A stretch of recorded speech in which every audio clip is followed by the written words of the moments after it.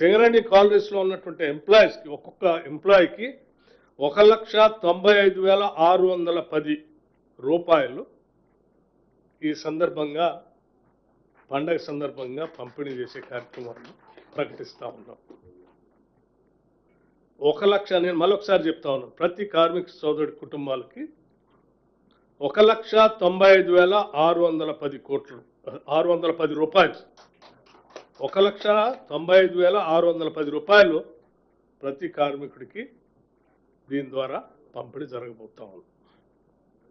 ఇకపోతే 30,000 మంది contract workers ఉన్నారు. సింగరేణి చరిత్రలో ఇంతవరకు ఎప్పుడు కూడా వాళ్ళకి లాభాల్లో వాటా పంపిణీ చేసే కార్యక్రమం ఎప్పుడు జరగలేదు. కాంగ్రెస్ ప్రభుత్వం, ఇందిరమ్మ ప్రభుత్వం వచ్చిన తర్వాత గౌరవ ముఖ్యమంత్రి గారు, మంత్రిమండలి మొత్తం కూడా ఒక ఆలోచన చేసింది.